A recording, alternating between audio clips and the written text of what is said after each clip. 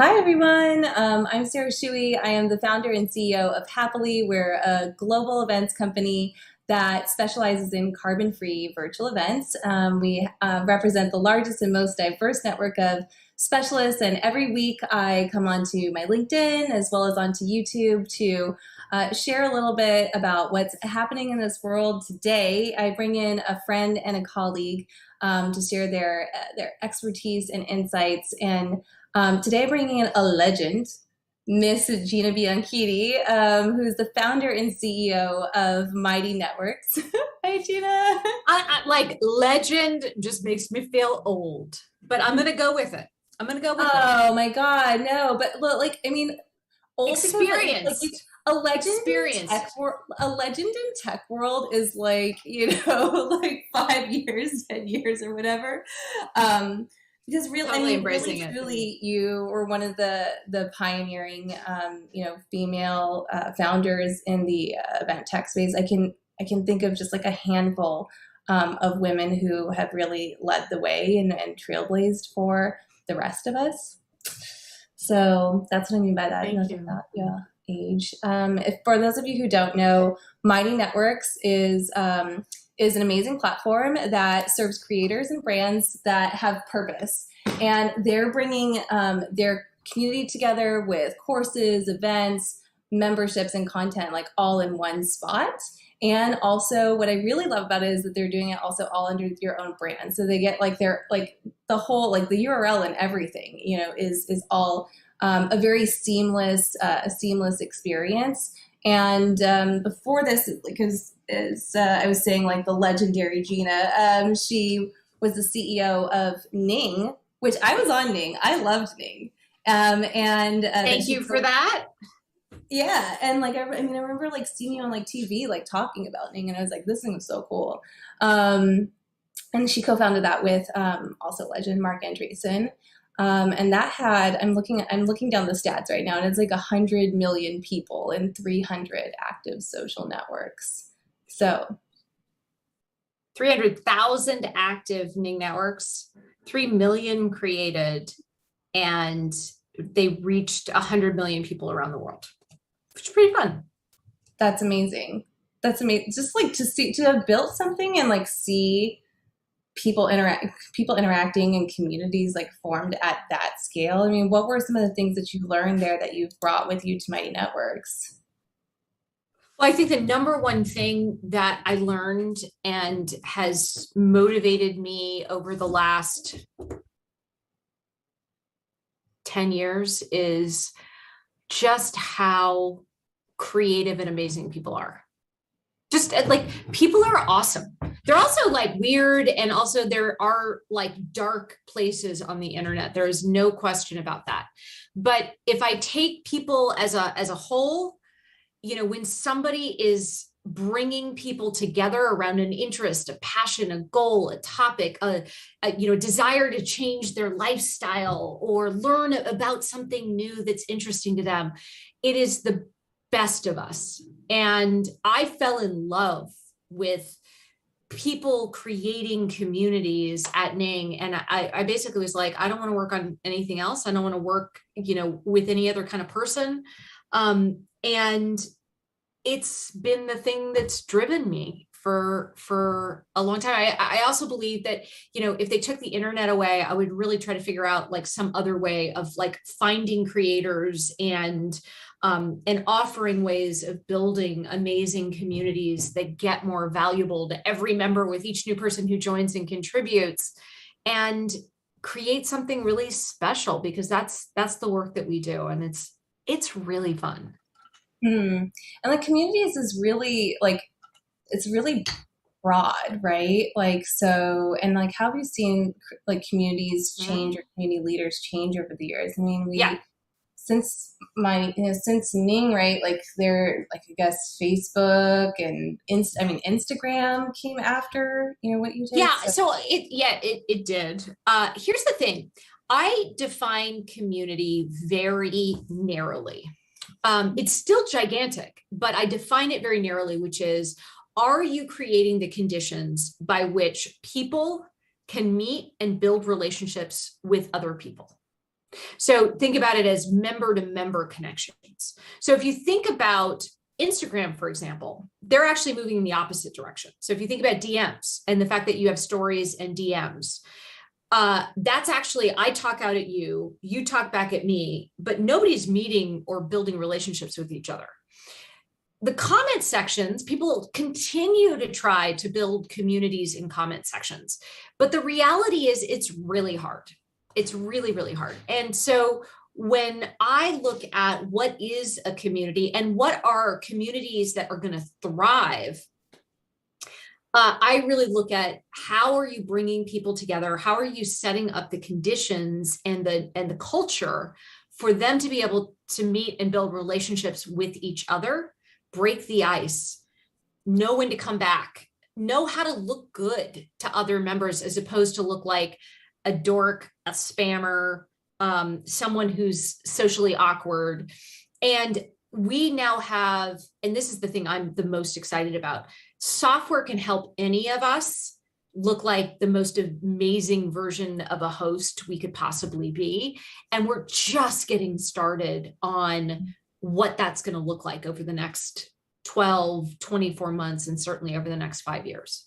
Yeah, no, I think you were really really onto something, because like it was just like forum boards, or like where you would be able to connect with members. I mean, that was certainly the case. Like at TED, we were like in Google groups to start. Yes. And then now, especially I think since the pandemic, we've seen like folks who are like creators and micro influencers start to turn into community organizers and leaders and hosts as we were all sort of like huddling together around, all of the fluctuations of our time. And so what are some of the things that you have seen as like the most effective ways for these creators to show up for their communities?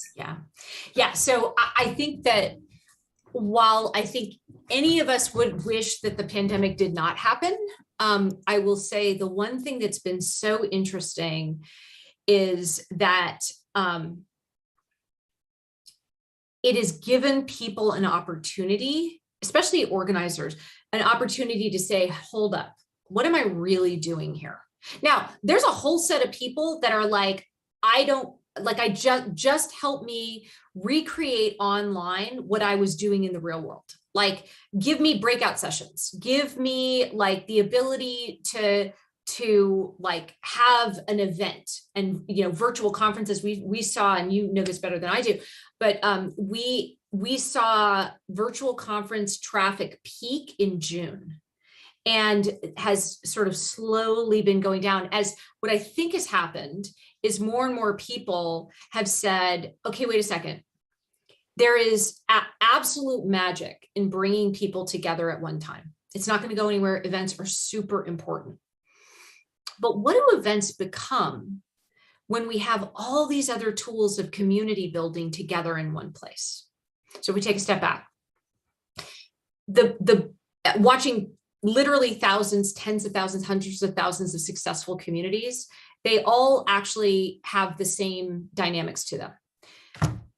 I want to be a part of something bigger than myself, and they allow people to be a part of something bigger than themselves. They allow people to set a big common goal.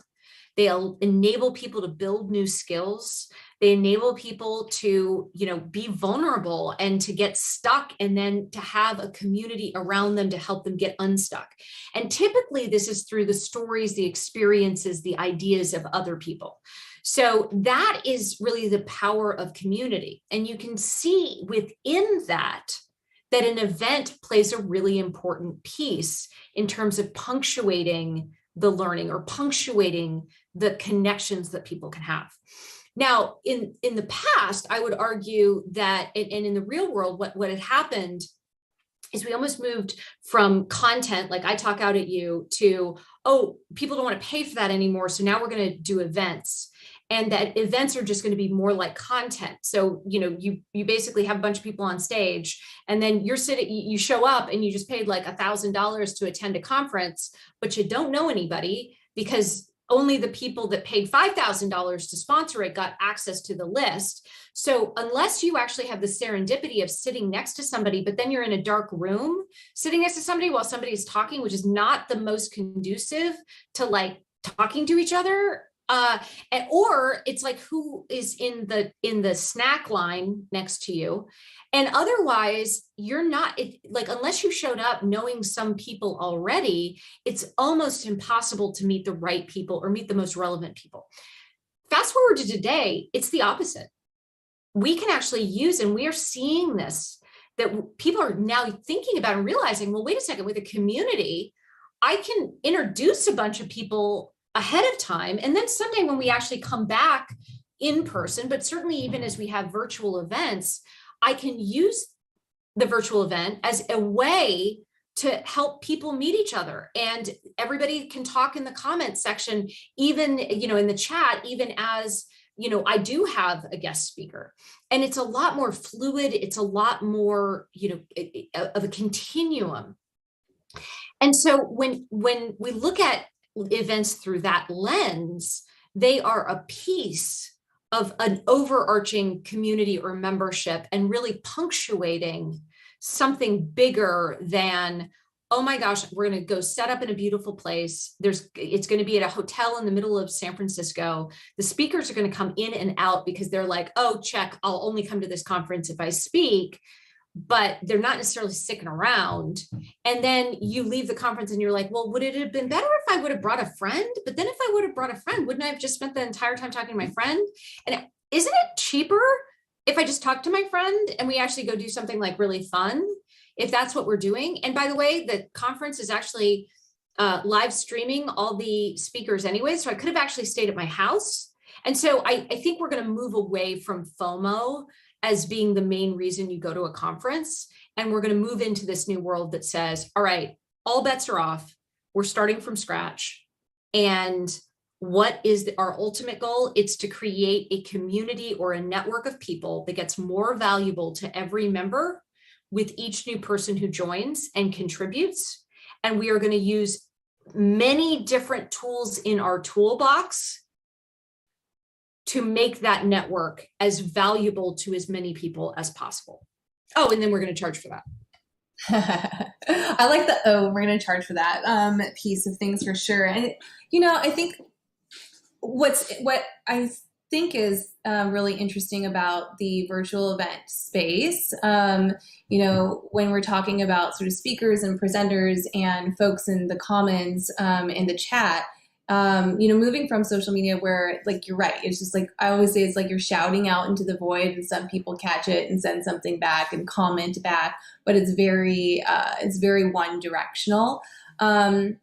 And if you're in a ballroom, right, and you have a great speaker, everyone's like, shh, and you can't talk. But meanwhile, like, now when there's a presenter, there's folks like just talking and having all this conversation in the chat. And sometimes it's like that there's like the saying that that really the experience of the event happens in the lobby. It doesn't happen like in the stage. And now those two worlds have converged, in the online space. Yeah.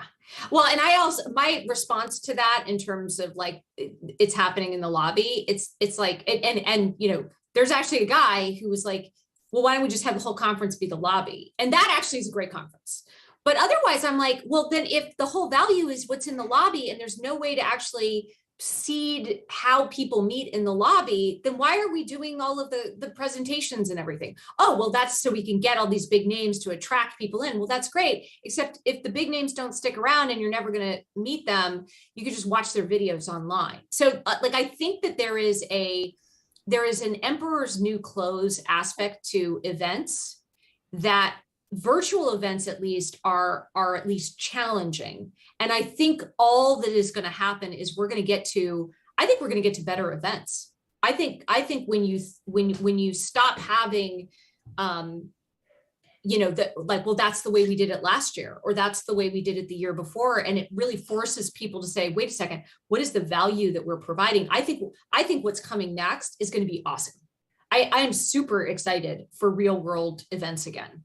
And I think that there's still going to be pain if people are like stuck to old models, But I think when we start to think about this 365-day a year virtual real world hybrid, what comes out of that is I am totally staying in non-swear words here. It's going to be very cool and super awesome. In non-swear words here. Well, look, you know, the TED Active was what I built at TED, and it was the lobby. And we had satellite feed. There were actually no speakers for the first few years. They were all coming in via video. And there are things that you can gain from having presenters Totally. there. And it's really about propelling conversations and having like anchor points that are external.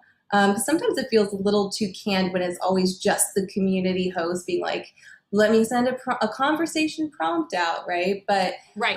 So there's that piece of things, but there's also, I think that like what we really used the TED Active sort of simulcast event for was to really engage our super fans, and then they would engage, online.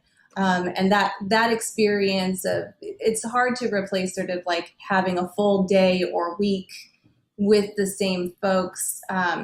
But then we were missing out. We didn't have Mighty Network, so we were missing out, afterwards, where there's this longing to see each other or get updates and hang out with each other. Right. That you had to wait, months and months for. So now right. you really don't have to do that. Right. Well, and I'm glad you brought that up, because there are a couple of things in at least online communities and that intersection with real world experiences that are assumptions that are actually wrong. One of them, and I've seen this now over, you could imagine that every conference I've gone to, and there's always what are we going to use to stay in touch? And then you have those conversations. Here's the thing I've learned. Actually, when you are thinking about a conference, you are better off thinking about how you get people before they come. The energy around joining something online or that is digital is before the event, not after. Second thing is that you can actually create one of the most engaged, just hit my microphone, one of the most engaged online communities for the people who can't be there in person. So it's the people who are there in person are getting their needs for connection met. And so this whole notion of okay, well, you're at a conference, so that's the time to use the app, is kind of backwards. It's actually much better to think about it and say, look, here's a PDF or a printout, or we're going to put it on your card of where everything is, right? But what's better and really actually helps people's social anxiety, of which we all have it now, because we've just I don't know what happened to my manners. I am worried that if I were to go out to a meal with somebody that other than my husband, who I've, basically seen every day for the last year, or in the same house, that I've become a feral person. I don't even know anymore. But if you think about, when are you the most excited about checking out profiles, or I want to reach out to this person? It's before the event. It's, and then the power at the event, and then thinking about what you're going to do or how you're going to turn that into, what is, in my experience, all communities follow the same patterns. And so how have you set up that pattern beforehand, as opposed to what 99% of event communities are, which is, oh, let's create a Facebook group or a Slack community. And it's a lot of hey guys, what do you think? Or the one person who's trying to promote their thing. I'm Sarah Shewey. I'm the founder and CEO of Happily, and I build this thing. Check out my hey guys, and it's so. And then I think there are just some things where, the magic is in the fact that it's the same people who show up every year. And so it also depends on the event. Right. But you and I love that we actually met in a Mighty Network through Gina Pell and Amy Parker, at the What and the What Alliance. But One thing that we were talking about earlier that they do is they introduce community members to each other. And this is something when we were extra with our in-person events is we would say like, here's your top 10 list of people that you should meet. Right. And that's something I think that's really important that a lot of event organizers don't do is take that extra step to introduce right. community members to each other. Like what things like that or other things like that can event organizers and community hosts do to create more like deeper relationships between folks? Yes. I mean, look, I think that breakout rooms work really well, especially for virtual events, but we've built some scalable features in a Mighty Network, like add your introduction, and they're super fun. It is really, really, we also have like members near you, members like you, members who like describe themselves in the same ways. I think there's going to be a lot, like we know about the stuff we're going to do along those lines. And it's so much deeper than kind of just these very rudimentary things that are there today. But I do think you end up doing different things when the goal is to make connections between your members. And it's so different than what we're doing in the rest of social media. And so that once you make that flip, it's super easy. And you're like, oh, this is so much easier than I thought. But we have been trained in social media to just continue to share content. Just share content. The most like, could you, like, I always think about it this way. What's the most epic dinner party that you've ever been to? It tends to be one where you show up and you know maybe like one person, but you certainly know the host. And the host is like, oh my God, Gina, Sarah, you guys need to meet each other. And in fact, actually, that is what Gina Pell and Amy Parker did. We were on a Zoom call with like 6 members and they went through and they're like, okay, this is why Gina is awesome. This is why Sarah is awesome. And then I'm like, oh yeah, Sarah, you're awesome. I want to talk to you about this stuff. And that is, first of all, software is going to make this easier and easier and easier for people. But if I were to say that the one thing that separates amazing event organizers and events from ones that are more challenging is when you become that dinner party host that's like, here's the uniqueness of the people who are here. Here's who I want you to meet. And if the person is sitting there, and I think we've all kind of had these moments where you like look around and you're like, man, I might be cooler than I thought I was. Like, because most of us spend most of our day not feeling that cool. And so what the power of a community is to bring people together that make each and every one of the people at that dinner party in that conversation. This is also why one conversation actually really helps, or breakout sessions really helps, is that it gives everyone this opportunity in this moment to feel 10% cooler than they potentially felt coming into the virtual conference, into that Zoom room. And I think that is where software is going to help more and more of us just be amazing hosts. Yeah, and I think one of the things that I think Mighty Networks did the best is extremely well is just the distribution of unique courses and learning. And, all of the classes, that's something that like people go to events to do 2 things, to learn and to network, right? So we talked a lot about like networking, and really we're not talking about networking. We're talking about engagement, relationship building here, right? Yes. But I'd love to hear a little bit more about, how you think about courses and how courses and how learning plays out, year round. Totally. So, when you think about the best communities, they're mastering something interesting or important together. And networking on its own without any context is kind of boring. It's small talk. And it's why we're always like, I hate small talk.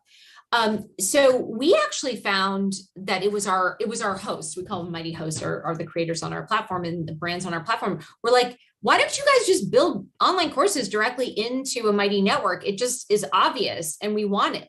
And we try to do a bunch of stuff and integrate other course platforms and make it like work really well. And they're like, yeah, that's great. But no, could you build it directly in? And so finally we're like, yeah, sure, we'll build it in. So we built online courses in. And I got to say, I now teach an online course, which is basically about kind of the principles and fundamentals of community design. Our promise is to create a community so valuable you can charge for it, and so well designed it essentially runs itself. And I have never had a more meaningful professional experience than this course.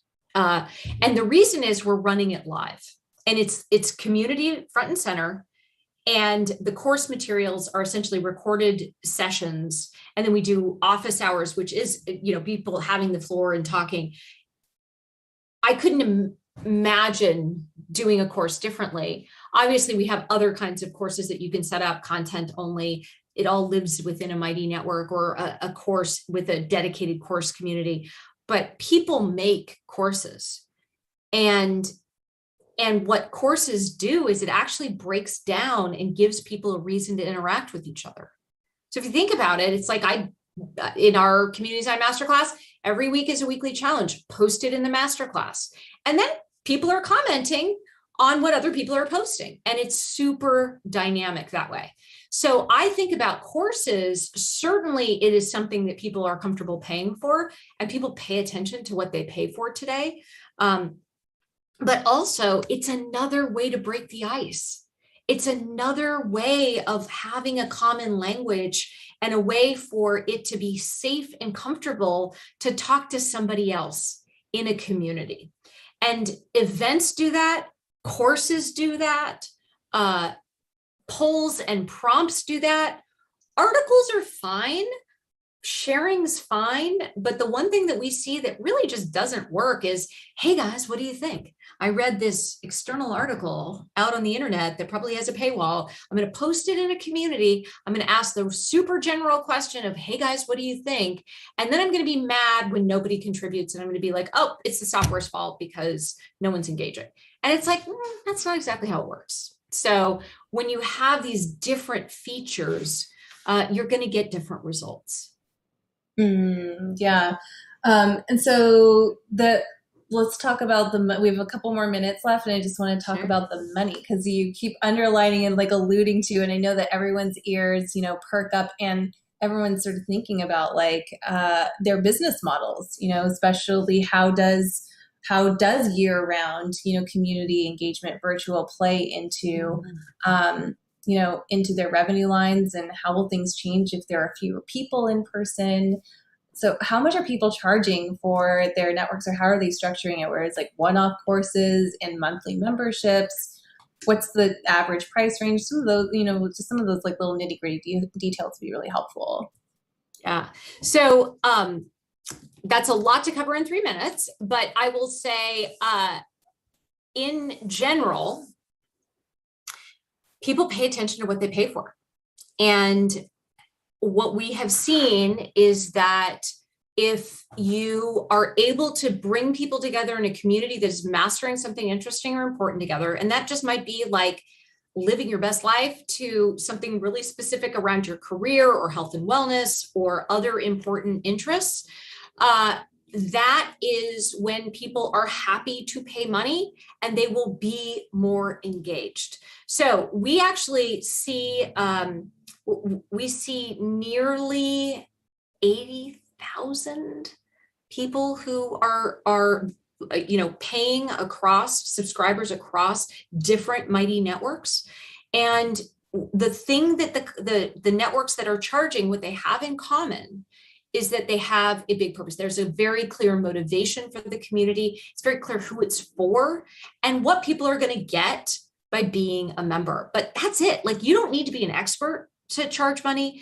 You don't need to have done it a million times before.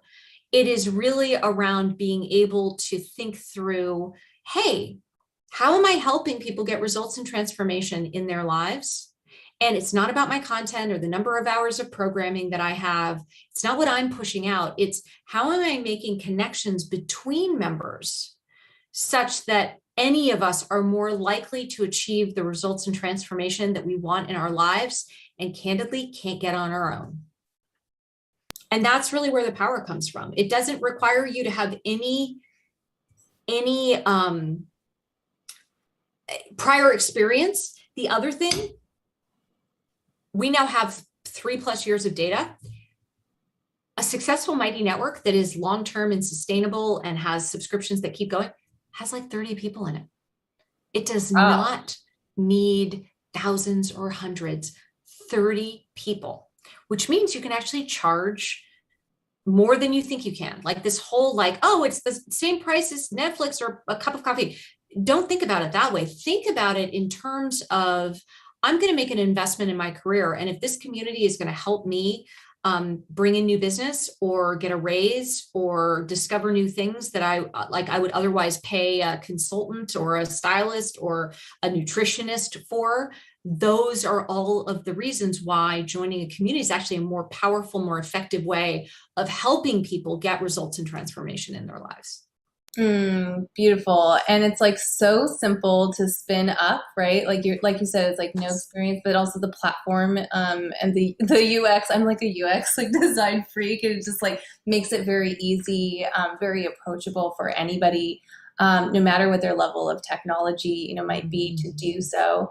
And, yeah, it's sort of like how Patreon unlocks the ability for artists to make money with their community, but this is for anybody who wants to, make money by connecting their community together and providing value for them. It's super awesome. So make sure to, that's it for today. So make sure to follow Gina. You're on Twitter at Gina B. Find us on LinkedIn, connect with us. Yes. Thank you guys. Thank you for having us. Thank you for having me. I really appreciate it. This was super fun. Here. Oh my gosh, awesome. So much wisdom. So thanks. Thanks. Bye. See you next week.